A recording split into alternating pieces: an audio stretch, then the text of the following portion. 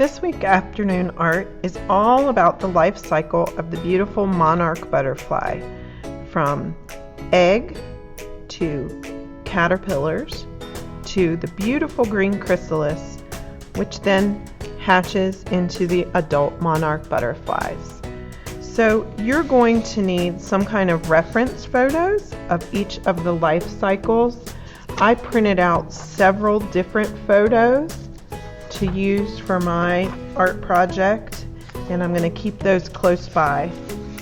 You're going to need some watercolor paper, pencil, eraser, either a Sharpie or a sharpened black crayon to do your details with, and watercolor paints or some water-soluble markers. If you choose to use markers, you'll do your coloring with the marker and then just use a wet paintbrush to go over it to create a paint effect.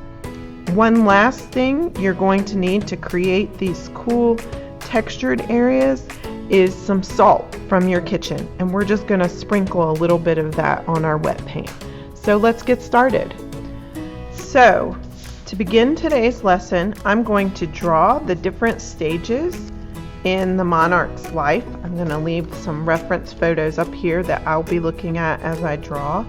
And you could just draw the 4 stages, or you could do something really pretty and creative by drawing the milkweed plant that the monarch depends on, and then putting the different stages on different places on the milkweed plant. So that's what I'm going to do.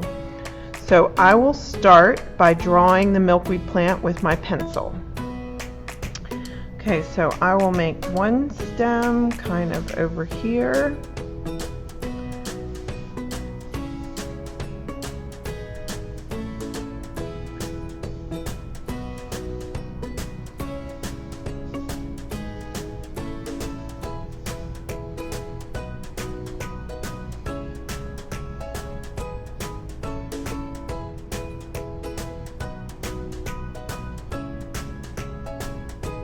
And I will make one with some blooms on this side.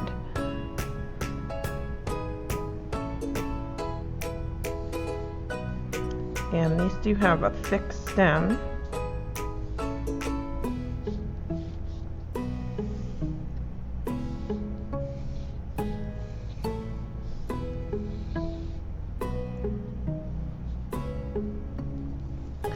The bloom is kind of a circle with lots of small blooms. So I'm just going to rough that in with my pencil, and I'll add the detail with my paints or markers in a few minutes. All right, so here's my sketch of the milkweed plant that the monarch depends on. So now I want to draw the different stages of the monarch's life at different places on the plant. So somewhere on the underside of a leaf, I'm going to make some tiny eggs. Then somewhere I'm going to draw some caterpillars. Maybe I'll make some tiny ones and some larger ones. Then the chrysalis, which starts as an emerald green and turns translucent, meaning you can see through it when it's about to hatch. And then of course the monarch itself. So the monarch butterfly itself is the largest thing in my drawing. So I'm going to do him or her first.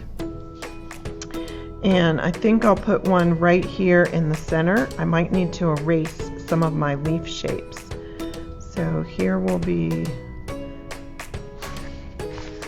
I'm going to use this photo which shows the monarch from the side, and I'm going to put it here. So I'm going to turn my photo just like I'm drawing it. So I'm going to make this line for the top wing, and it curves down, and then the bottom wing is about like this with a rounded shape here. Okay, and his body will be here with some legs coming out, and his antenna. I'll draw these details in with my Sharpie, but I'm just going to put a few little shapes here to help when I'm drawing with that Sharpie. And then I'll get all these details later. So that's my adult butterfly. So now let's start back with my tiny eggs. So I'm going to put some eggs on the underside of this leaf, and those will be very small. I'll put some here too.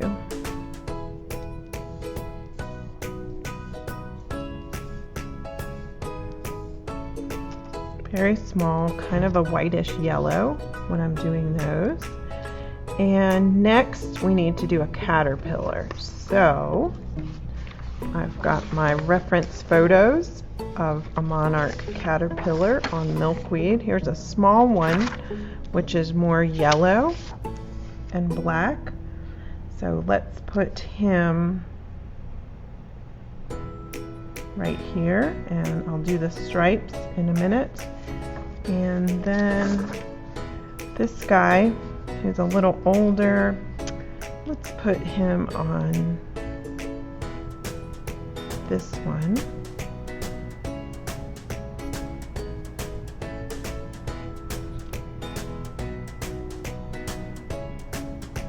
And we should make some holes in this leaf like he's already started on his lunch. So we'll do the rest of these stripes with our black pen in a minute. And so lastly, we want to do the chrysalis.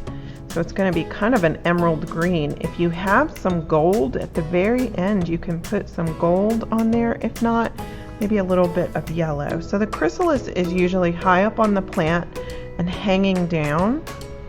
So I think I'll put one right here in the middle. And it's a little bit wider near the top with a part that connects it to the plant.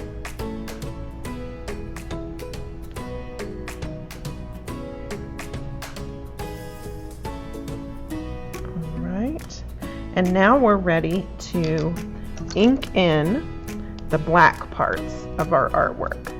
So where this chrysalis connects and this little line have some black parts, and then our caterpillars will have some black stripes. I'm going to get these photos right in front of me so I can see, get his antenna. And he's got some little ones back here, and his little feet. And then I'm going to make some black stripes, leaving some space for some yellow and white stripes in between as well. Where was my other little guy?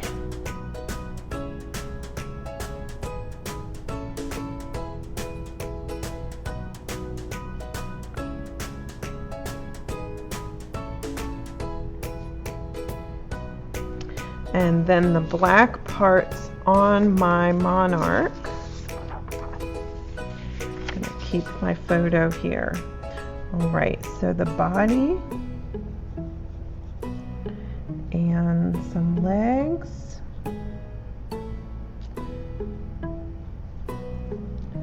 And the antenna,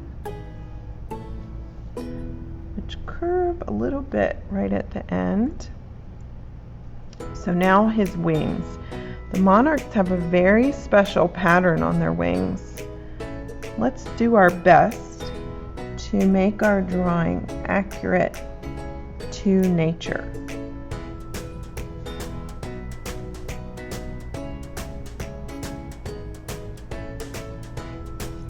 So I'm going to fill in all of the parts on his or her wing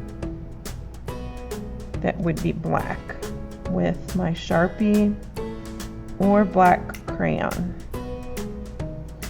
And by using a Sharpie or black crayon, when you go to do watercolor or other markers over top, it won't ruin your black. The black will still show through.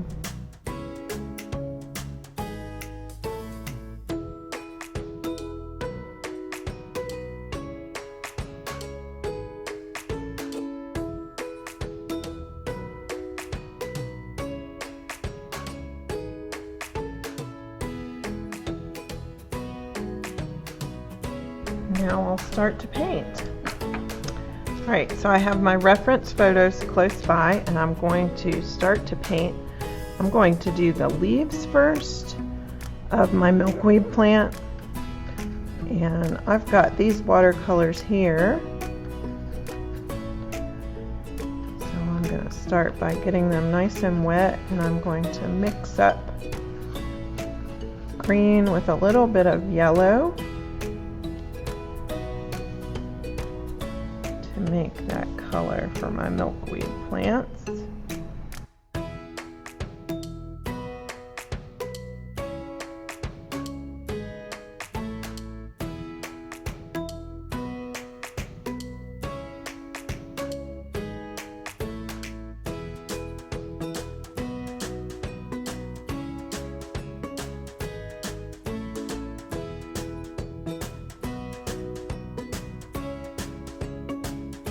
So to add some interest, I am sprinkling kosher salt, if you just have regular table salt, that would work, into wet parts of my watercolor.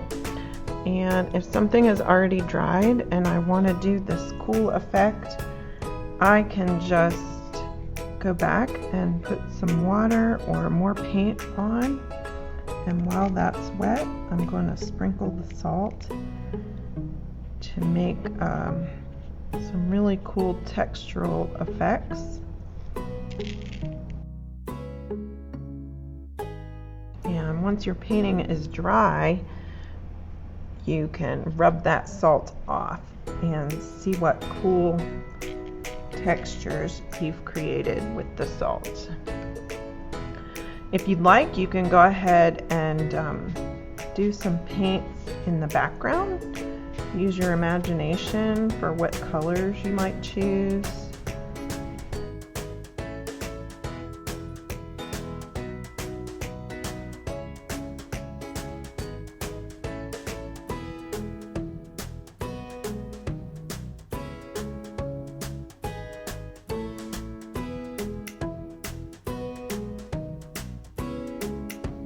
And the last thing, when my chrysalis is dry, when my chrysalis is about dry, I've got some gold paint here. I'm going to add just some tiny details with the gold paint.